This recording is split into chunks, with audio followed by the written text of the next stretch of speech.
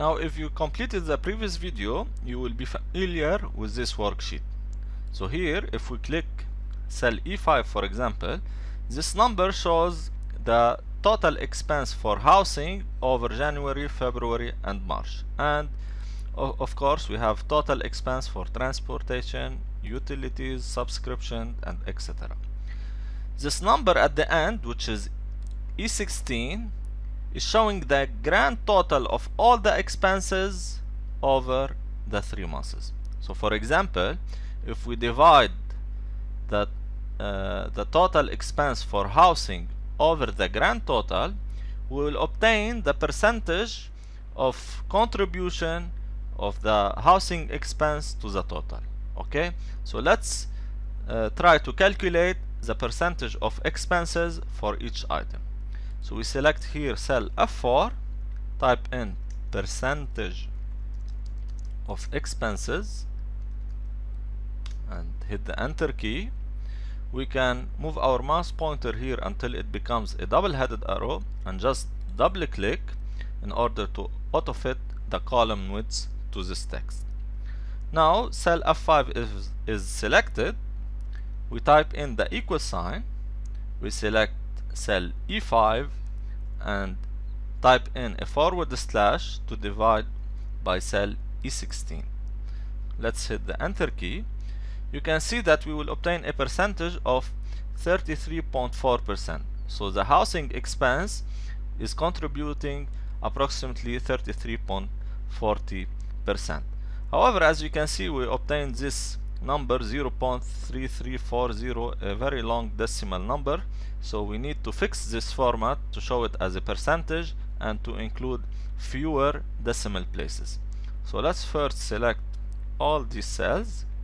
Make sure we are in the Home tab, and if we go to the number section, we can click on this percent icon and this will show the numbers as percentage. And also we can include some decimal places. You can see now these 2 buttons. This one, if you click on it, it will increase the decimal places, and the next one will decrease the decimal places. So let's show 2 decimal places. Okay, so now what you can say, we can just use autofill to repeat the calculations for all the other items. So we move our mouse pointer and just drag until we are here at cell F16. You can see now we obtain illogical answers, and moreover we obtain this divide by 0 error. So let's see what went wrong. If you select cell F6 for example and you look at the formula, in the formula bar we have E6 divided by E17. So E6, which is the transportation expense, divided by E17, which is the average, instead of E6 divided by E16. So if you look at divide by 0 here and you look at the formula, okay, we have the numerator correct, which is E10, the medical expense, over E21. E21 is an empty cell, so it contains a 0 value, so that's why we obtain a divide by 0 error. So in order to show it more clearly, I will hit Ctrl tilde to show all the formulas. So you can see here. So this one, E5 over 16. The next one is E6 over E17. So Excel is adjusting the numerator and the denominator also, because we are using a relative cell reference.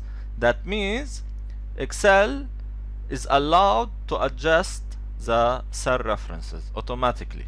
Okay, what we need to do is to tell Excel, okay, you can adjust the numerator, but you need to fix the denominator at cell E16. And how we can do this, I will show you. So let's hit Ctrl tilde to get back and delete all this data. Select cell F5. Now again type in the equal sign, select cell E5 and divide by cell E16. Now before hitting the enter key, press the F4 button on your keyboard. And when you press the F4 button, you can see that Excel will include these dollar signs next to the column E and next to row 16. So now the formula will read E5 over $E $16. So what this means? $E means that column E should be fixed, and $16 means that row number 16 should also fixed and is not adjustable when we are using the autofill. So this is called the absolute cell reference, and unlike the relative cell reference, the absolute cell reference will remain fixed when we will use the autofill. Now if you press the F4 again, so what will happen? We will have E $16, and here E can change. However, row number 16 should be always fixed. And if we press the F4 again, we will have $E $16, meaning the column E is fixed. However, row number 16 can be adjusted by Excel. And if we press F4 again, we will go back to the relative cell reference. Of course, we don't want this. Let's press F4 again to obtain the absolute cell reference. Let's hit the enter key, and if we drag down using the autofill handle, now we will obtain the correct answers. And of course, here we obtain 0% since it is dividing E15, which is an empty cell and contains a 0 value. So let's delete this.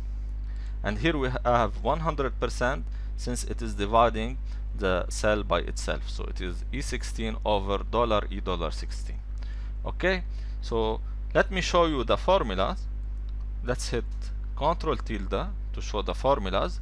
You can see here, if we select several cells, the numerator can change. However, the denominator is held fixed at cell E16. Okay, so now you know how to use the absolute cell reference. It will help you a lot to prevent any calculation error when using Excel.